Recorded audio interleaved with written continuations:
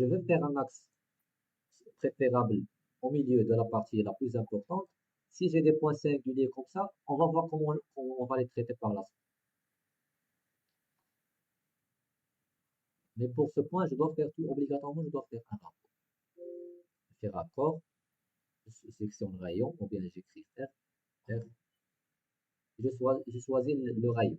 Par exemple, ici, j'ai une voie de 15 mètres.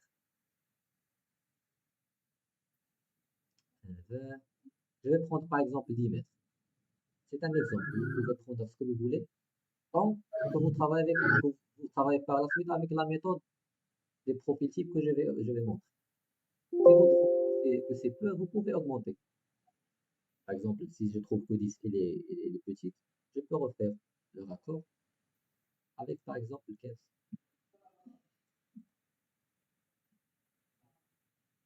C'est bon? Le rayon, la valeur du rayon n'est pas importante. C'est bon? Je vais faire l'axe de cette voie aussi pour vous montrer, par exemple, ici 12 mètres.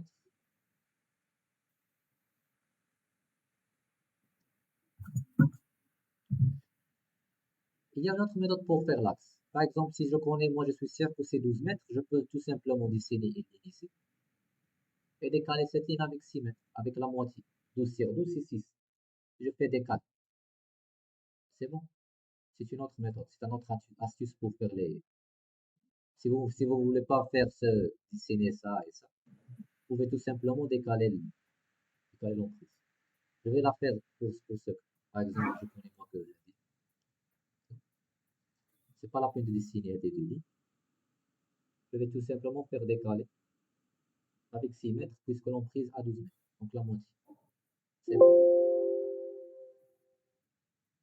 Je vais faire aussi prolonger pour les deux axes. Voilà, comme ça. Prolonger. Prolonger. Et prolonger. Si vous voulez faire un seul axe pour toute cette voie, vous pouvez le faire. Un seul axe. Je vais le faire.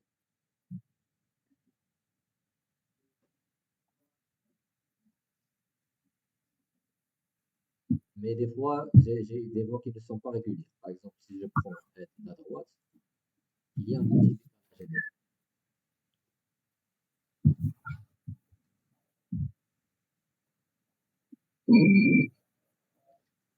Mais c'est pas grave, je peux décaler avec ou bien je peux tout simplement suivre la forme des limites des bâtiments, comme ça. Donc, puisque j'ai 12 mètres, je vais tout simplement décaler avec 6. Ce ne sera pas au milieu, mais c'est pas un problème pour l'instant. Si je vais travailler avec la méthode des profils types que je vais montrer par la suite. Ici, j'ai 6, 19. Ici, j'ai 5, 83, mais c'est pas grave. C'est pas grave. Parce qu'on n'est pas toujours avec des plans qui ont un axe au milieu. Il y a toujours des problèmes avec les axes. Par exemple, ici, c'est très décalé. 6. Ici, c'est 6,04. C'est pas grave. Je vais prolonger l'axe PF.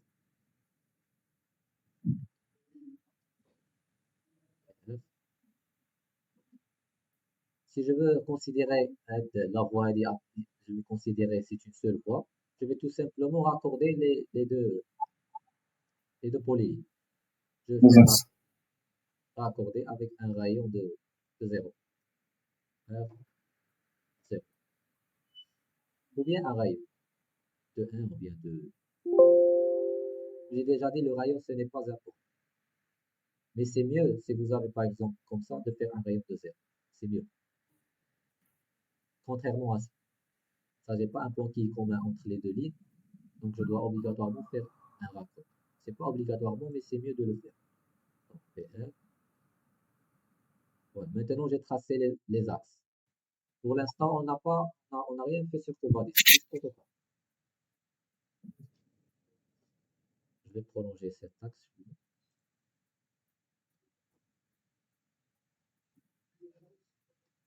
C'est bon. Vous pouvez faire le reste si vous voulez. pouvez faire le reste. Cette voie et cette voie. Donc maintenant, puisque j'ai dessiné l'axe, je vais commencer avec Covadis. Donc la première des étapes de le faire, donc c'est aller sur Covadis VRT, Covadis VRT. Projet linéaire par profil type. Et je vais afficher la barre d'outils.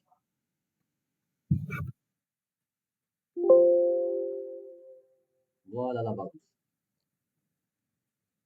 Entre parenthèses, il y a deux méthodes pour faire les études de voirie au niveau de Covadis. Je peux la faire avec Covadis, avec cette barre Covadis VRT, et je peux la faire avec Autopiste. Autopiste, c'est plus dédié aux routes, pas aux voiries, mais ils ont les mêmes, plus ou moins les mêmes paramètres. Ça, c'est la tabulation, le profil type, c'est le même. Il y a des choses qui sont de plus dans Autopiste parce qu'il est, si vous voulez, spécialisé dans les routes. Par exemple, j'ai ici, si j'ai par exemple plusieurs couches de terrain, je peux insérer par exemple, j'ai un terrain avec trois types trois natures de sol. Par exemple, de 0 à 20 cm, j'ai un type de sol, de 20 cm à 1 mètre de profondeur, j'ai un autre type. Je peux faire une distinction ou bien faire une coupe, comme là, le laboratoire appelle une coupe léthologique, qui représente tous les terrains, par exemple, dans un projet. Pourquoi je peux faire ça? Par exemple, je veux par la suite, par exemple, distinguer chaque type de matériau. Par exemple, j'ai, par exemple, de la terre végétale du niveau 0 au niveau, par exemple, -10. Je vais connaître exactement combien de terrassement je vais faire seulement pour la couche de la terre végétale. Au-dessus de cette couche, par exemple, c'est une couche d'un autre type de sol, par exemple de -20 à 1 mètre. Je vais connaître exactement combien je vais faire de déblai ou bien de remblai avec ce matériau. C'est une option. Par exemple, si vous avez plusieurs natures de terrain dans un seul projet, vous pouvez connaître combien, par exemple, de terrassement, de déblai et remblai pour chaque type de sol. Si vous ne voulez pas faire cette distinction, vous travaillez avec, comme si vous avez une seule nature de sol. C'est le cas pour la barre Covadis. Une autre chose qui est distinguée entre autopiste et Covadis, c'est qu'autopiste, il prend en considération les normes du tracé. Et en général, les normes de tracé, on a des normes de tracé pour la voirie, mais ils ne sont pas vraiment plus strictes que celles des travaux routiers. Par exemple, je vais vous faire une route, je dois obligatoirement respecter les normes. Vous avez des normes qui livrent des catalogues des ministères d'équipement qui sont disponibles sur l'Internet. Et là, je peux les partager avec vous.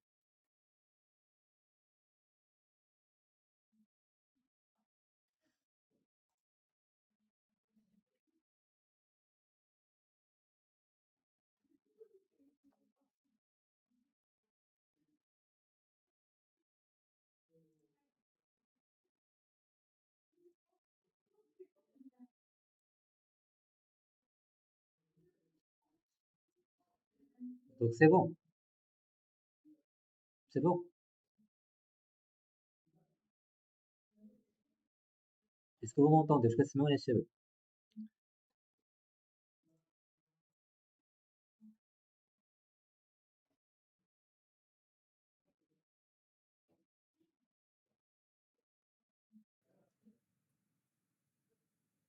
Contrairement à la barre de Covadis VR. Donc, vous pouvez choisir soit de la faire avec Covadis ou bien de la faire avec Covadis. Mais c'est mieux de la faire avec Covadis pour, pour la voile. Il y a un problème au niveau de cette version, puisqu'elle est craquée. On va le, on va le déterminer par la suite. On va revenir pour travailler avec Autopiste dès que le point qui sera bloqué est derrière, puisque la version avec laquelle on travaille, c'est une version qui craque. Donc, c'est pour moi et pour continuer le cours, on va faire avec la méthode de Covadis VRT. Donc, Covadis VRT, projet linéaire par profil type, afficher la barre d'outils. Donc, la première des choses, c'est de faire, derrière, je vais cliquer sur nouveau projet. Avant de faire ça, j'ai oublié une étape. J'ai oublié le calage. On a déjà parlé du calage. Attention au calage. Ouais, c'est important. Ouais. Calage. Calage. Donc, Ouais. si je vais travailler avec ce plan, j'ai pas de terrain. J'ai pas des informations sur le terrain. Les informations sur le terrain, elles sont situées au niveau du plan côté. Donc, qu'est-ce que je dois faire? Je dois faire un calage. Un calage, c'est de couper le plan de masse sur le plan de côté, comme j'ai déjà dit, en respectant les coordonnées des limites du projet. Comment je peux faire le calage sans erreur? Parce que si j'ai fait d'erreur du calage, ça sera foutu par la suite. Moi, personnellement, j'ai constaté à une étude qui a été erronée au niveau de calage et on a trouvé un décalage sur le terrain avec 20 cm de décalage. 20 cm de décalage pour un projet de lotissement, c'est beaucoup. Pourquoi? Parce que le calage n'a pas été fait correctement. La personne qui a fait le calage a fait une erreur au niveau du calage, tout simplement. Si vous faites des erreurs au niveau du calage, soyez sûr que vous aurez des erreurs par la suite au niveau du chantier. Donc, il faut faire attention au niveau du calage. Par exemple, des fois, le calage, personne ne veut faire l'étape du calage. Le bureau d'études demande au topographe de faire le calage, le topographe demande au bureau d'études de faire le calage. Mais le plus important, c'est de le faire correctement. Donc, comment je peux faire correctement le calage?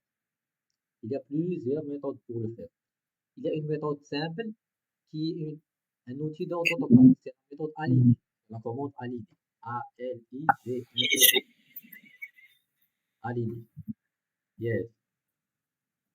Soit j'écris aligner derrière dans cette barre, soit je la trouve ici. Modification. Modification. Opération 3T. Aligner. C'est la même commande.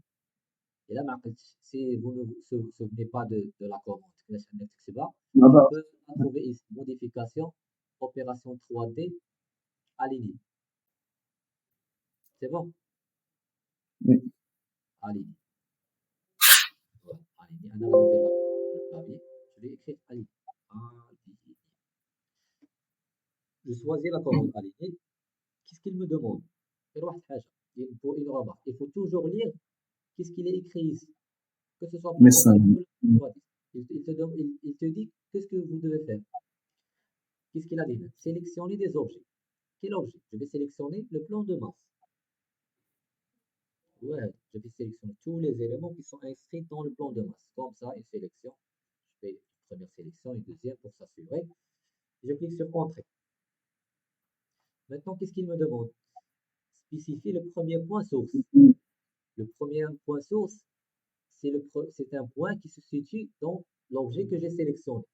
Par exemple, un point source, par exemple, personnellement, je vais travailler comme un premier point de source, cette borne, la borne B4. La condition de ce point qui doit être commun entre le plan de masse et le plan côté. Je ne peux pas faire un calage avec un point qui est différent entre les deux plans. يعني ما نقدرش نهز واحد لو بوان هنايا ونكالي به هنايا هو اصلا ما عنديش في Donc pour faire le calage, je dois avoir un point qui est commun entre le plan de masse et le plan côté. Donc B4 par exemple, un des B4, j'ai B4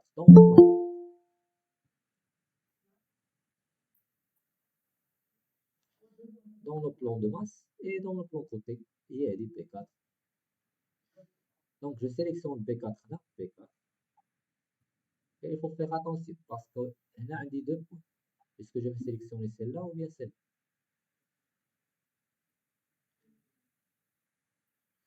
Pour ne pas faire de bêtises, bien de erreurs,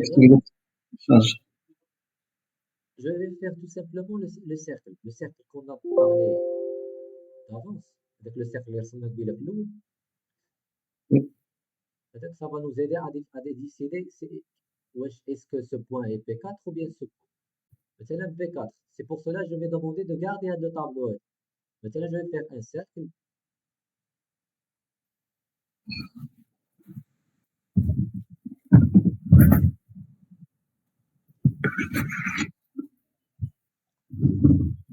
Je vais faire un cercle pour avoir finalement P4. Mais Mais B4, ça sera le cercle, il va pas se déplacer. علاش à votre avis شكون يقدر يقول لي علاش غير قولوا اي حاجه غير حاولوا باش تعرفوا عاود الشيء عاود. علاش الا رسمت هذا لو سيركل هذا بهاد لي كوردوني هادو مثلا بي 4 هو هذا ياك الا وي هزيت هاد لي كوردوني ديالو ورسمت فيهم هاد لو سيركل علاش ما غاديش يمشي ليا هاد بي 4 حيت ماشي كوردوني ريال ديالهم. فوالا حيتاش ماشي كالي اه حيتاش ماشي اون مقارن. جينيرال لو بلون اللي كيكون كالي اكس ايكغيك هو هذا اللي غتجي اكزاكت. فوالا وي بلون كوتي هو اللي كيكون محطوط بلي كوردوني ريال ديالو اللي كاينين سور لا رياليتي التوبوغراف كيدير لو كالاج ديالو بارابور لان جي ام ولا بارابور ماشيش على حساب لا زون لومبير كيحط لنا هاد لو بلون هذا اللي حطوا لينا هنا il est exactement sur le plan ديالو في لا رياليتي هو ديجا التوبوغراف الى كان لي كوردوني اكس اي زد par contre l'architecte il travaille arbitrairement ما عندوش ان روبير il travaille avec le repère ديال الاوتوكاد كيرسم هاد الدوارات هادو كيتراسي لو il trace la limite du terrain AutoCAD il commence à travailler donc si je dessine هاد B4 هذا je prends x et x et je vais l'insérer les coordonnées de le cercle. Je sélectionne le cercle, je fais propriété et je vais faire x en tant que centre de cette cercle. Je vais copier copier, je sélectionne le cercle et je vais faire ici le centre de cette cercle avec x de la borne B4. C'est bon, il a disparu. On chaîne chez place. كذلك بلونكاج. Y, la même chose y. Je reviens vers le point, le cercle. Je vais faire le centre de y avec la coordonnée de point y. Voilà où je l'ai. Donc, le point, je vais minimiser le cercle. Exactement, le point au P4. ماشي هذا. Donc, هذا هو P4. Ça, c'est P4. Ouais, la limite. C'est bon. Je connais maintenant le P4 sur le plan. Mais je ne le connais pas sur le plan. Sur le plan de masse. Qu'est-ce que je dois faire? Il y a des méthodes de vérification. Comme, par exemple, je vais compter la ligne entre P4 et P3. Ça fait 193,4. Je vais voir est-ce que j'ai la même cotation entre P4 et P3. 193,15. Donc c'est la même. Donc, le point. Ce point. C'est pas celui-là. Parce qu'il a sélectionné normalement. Le dessin, il mentionne que il y a P4. Mais ce n'est pas P4. P4, c'est ça. Donc, qu'est-ce que je vais comprendre maintenant de la manipulation? C'est que les bords des lettres de terrain, ils ne sont pas adéquats. Ce sont les limites des lettres pour les lignes en rouge. Donc, ça, c'est P4. Et ça, c'est P3. Ça, c'est P3. C'est pas ça. C'est ça, P3. P1, c'est ça. P1, c'est ça. Exactement ça. C'est ça. P2. C'est pas ça. C'est bon? C'est bon, c'est clair? C'est clair. Mais de préférence, il faut faire le cercle pour tous les points, pour ne pas commettre d'erreur. Il faut faire le cercle pour l'ensemble des points. Je vais faire P1 et P2 et P3 et P4, tous les points pour que je serai assuré que je ne vais pas faire d'erreur. Parce que comme j'ai déjà cité, si vous faites des erreurs au niveau du calage, ce sera des erreurs par la suite au niveau de l'implantation du projet dans le champ. Donc, je vais revenir à Ali. Je sélectionne. Comme vous connaissez pour AutoCAD, soit je sélectionne et je fais la commande, soit je fais la commande et je sélectionne. C'est la même chose. Donc, je fais aligner. Je sélectionne tout le dessin. Et je sélectionne le plan.